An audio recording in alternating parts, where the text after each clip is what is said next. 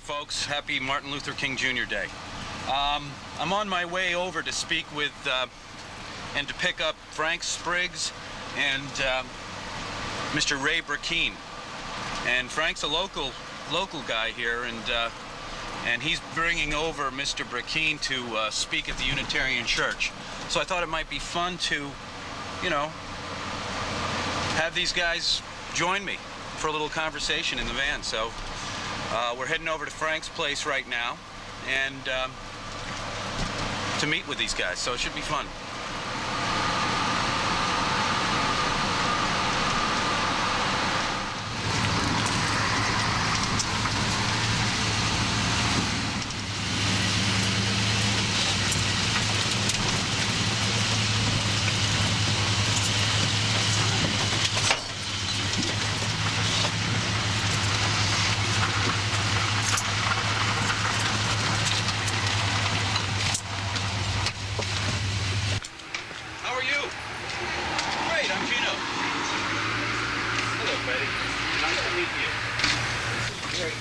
Yeah.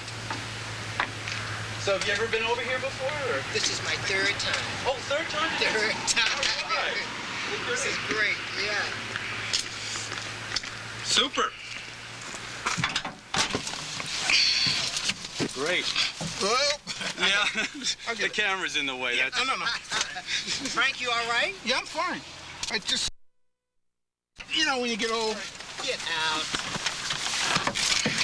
Fabulous. Do it. All right. We're tucked in. Okay. Look at this. He's got his camera just sitting. Yeah, that's how it works. That's how he drives around the country. Around the island, rather. Yeah, around the island. Set it up so we can see you guys. Right, so, Mr. Brackeen. Yes.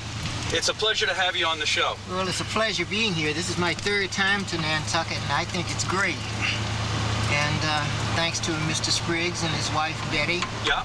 Yeah, I've had a grand time. Nice meal. Now, have you been friends with Frank? No, I just met him. No, we met over the telephone. Over the telephone. Oh, really? That's true. And did you bring, Frank, did you bring... Yeah, Helen Seeger, who is one of the leaders of the African Meeting House group, mentioned that she'd met this guy, Ray Brackeen, over in Falmouth, and she suggested that he may be a good speaker for the Martin Luther King Day dinner. Right. Yeah, program, rather, I'm sorry. Yeah, Helen and I belong to the Cape Cod Anti-Racism Task Force, and I'm a facilitator there. Okay. And she was in my group, and we got to talking about Boston, the African Meeting Church, and then she told me what she did, and then all of a sudden, I get this call from Frank inviting me down. That's how it happened, and we've just been contacting each other, and you know, by telephone. Yeah. And so you live over in Yarmouth? I live in Yarmouth on the Cape. Yeah. Tell me about that. What do you do over there? Well, I'm retired. Okay. I was in Hawaii. I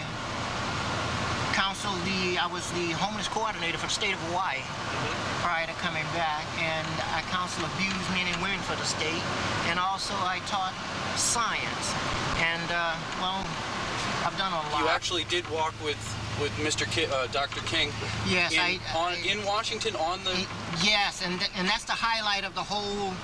To me, that's the highlight of the whole civil rights movement, was just being in his presence and being in the presence of just thousands and thousands of people from all different walks of life, and with the idea that it was going to make a difference. There was a lot of hope then, and it's one of the things that I find now. We don't find too much hope. People are sort of like giving up on that, shall we say, that dream or whatever. And it in the 60s, the focus was on us as a group of people, you know. Now I find, and I could be wrong, that the emphasis is on I. Yeah. And there is a lot, there's very little hope now for people. And, you know, for every step, again, speaking for myself, I feel that we take forward, we take 8 or 9 backwards, you know, and that's hurt. And I don't find that there's much, shall we say, community spirit or anything.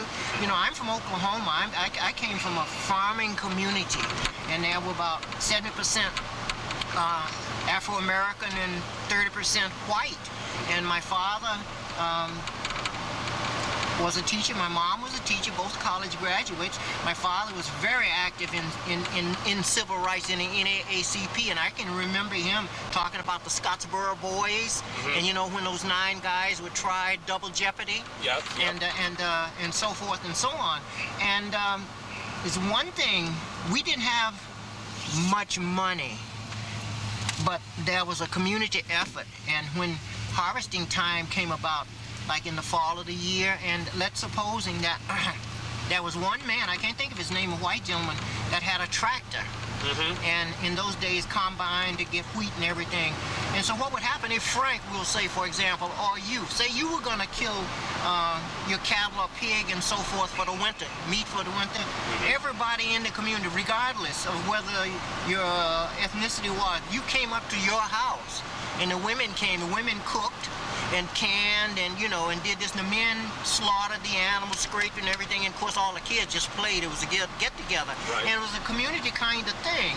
And then when it came to getting grain, the same thing happened. So after we slaughtered your animals, got your grain, then we moved it over to Frank's field till everybody's stuff was got. And then, if there was any poor person, let's say they had bad crop season, or they didn't have any meat or anything like that. Well, if you knew that, okay, you only had 2 people to feed in your family, here's a family with, let's say, 6 or 7, but they had a bad season with crops and everything, and you had meat left over, what you would do, you always respected that particular person. Do you understand? You wouldn't take his dignity away from him. You say, hey, look, I've got a slab of bacon. I don't need it. There's only 2 of us. Why don't you take it?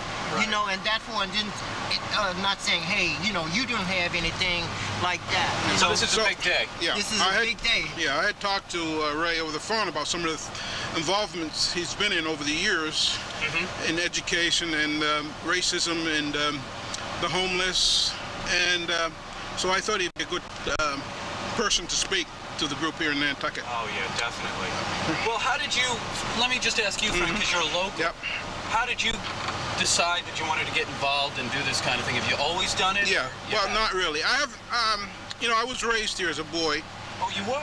Yes, I went to Nantucket High School, played football, basketball, and then I went away to UMass Amherst College, and then in the Army for a couple of years, and then I had a career with IBM.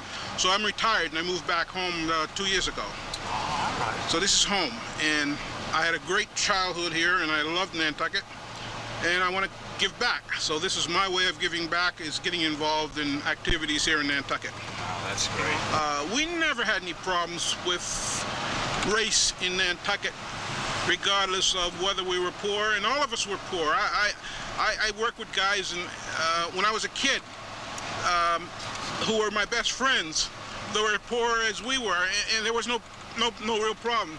However, I know I've experienced things like living in an affluent neighborhood of New York suburbs. I would walk into the A&P, and the women would be walking down the aisles with their pocketbooks in the basket. And here I am coming from work with my suit and tie on, and they would grab their pocketbooks the minute I walked by. And my reaction, I felt like saying, lady, I don't want your money. I got my own money. But it was just that perception. And this is in a neighborhood where we didn't have the kinds of people you're talking about, the crime rate. Right. There was no crime rate. Right. So no matter where you are, it's the difference between, I talk to many Jewish people, I have Jewish friends, and they're saying, well, you know, we had the Holocaust and you had the slavery, but you guys keep talking about the black thing. I says, yeah, the difference is you as a Jewish person can walk down the street and nobody know you were Jewish. Right. Me as a black person, I'm walking down the street, they can say I'm different. And that's the biggest difference. We cannot blend in, we cannot fold in, which many of us would like to do. We want to live a normal life. And we have, I have. I'm not knocking up. But in answer to your question, I don't think it's strictly economics. No. I think it's a whole perception. If it wasn't for the color, it would be no difference. You know the thing that really, I get a joke out of this. Come summertime now, white folks will run and buy Hawaiian copper tone this and copper tone and slap all of that stuff on them to try to get like this. Yeah.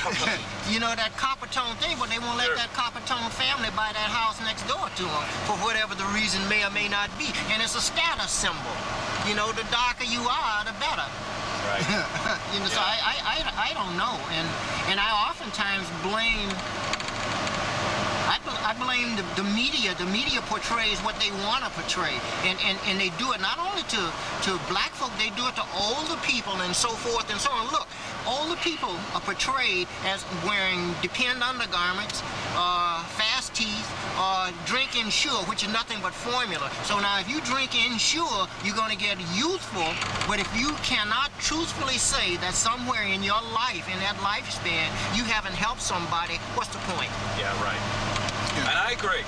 Totally agree with you. I think what you're talking about is doing. Exactly. And you know, if you just get yourself involved and see what it feels like to be involved. Exactly. Don't assume anything. You know, don't judge people. Right. Exactly. Don't judge me. I don't want, and I won't judge you. You know.